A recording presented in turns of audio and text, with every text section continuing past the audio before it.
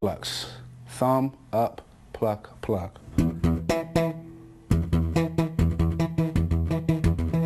You also want to learn how to do all of that on one string.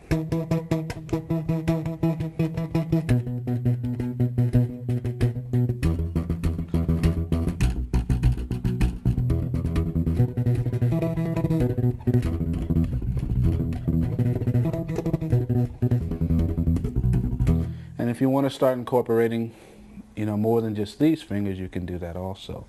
But then start playing with rhythmic games. Let's say I go 2 downs with my thumb, then up, index, middle.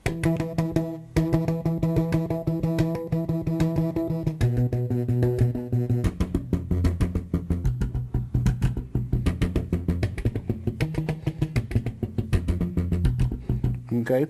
Another neat game is to say we're going to play 4 notes, right? Down, up, index, middle, but we're going to accent every third one.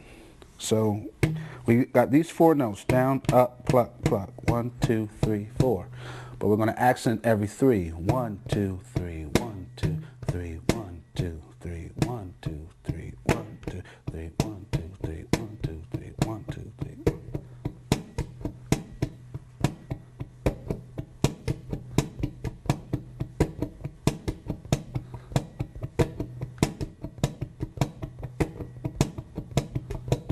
That gets kind of hard when you start to speed it up.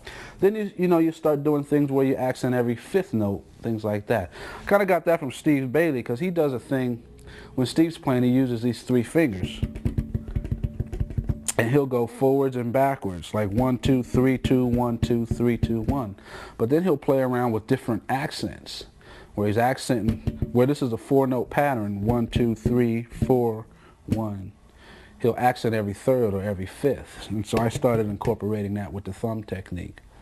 And the goal in this, whether you use it or not, the goal is to be able to have that freedom over the technique. So that if you practice all these techniques, the same way we have freedom over these fingers.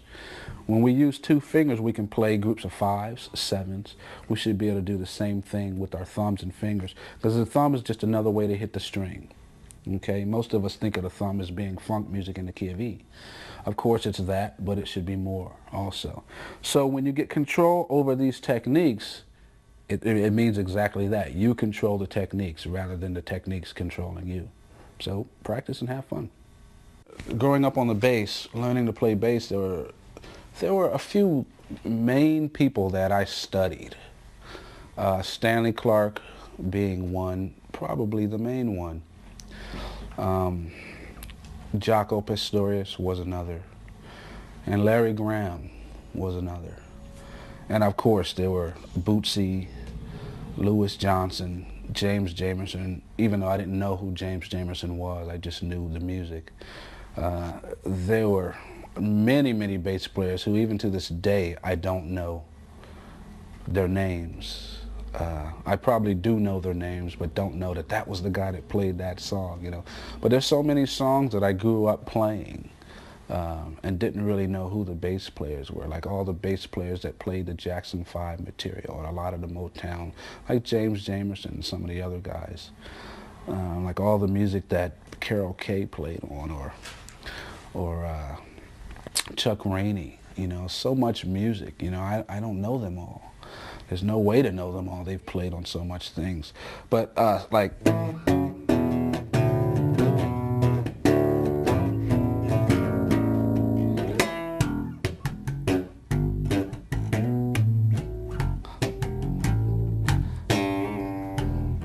I mean, everyone knows that. I mean, I grew up on that stuff, all the Stanley stuff.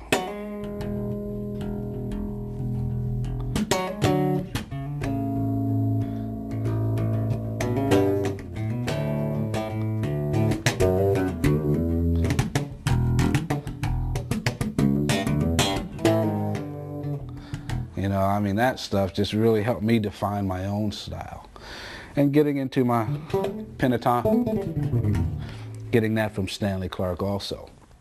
So Stanley was probably one of the main guys that I studied and learned just about everything that I could get my hands on.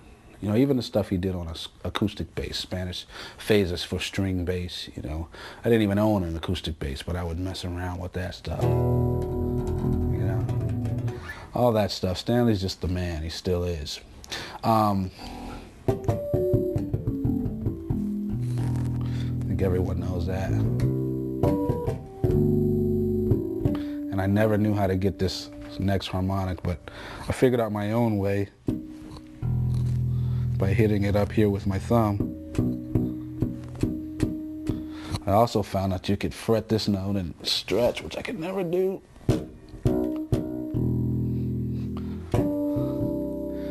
Hard stuff for me, but that was always the easier way. But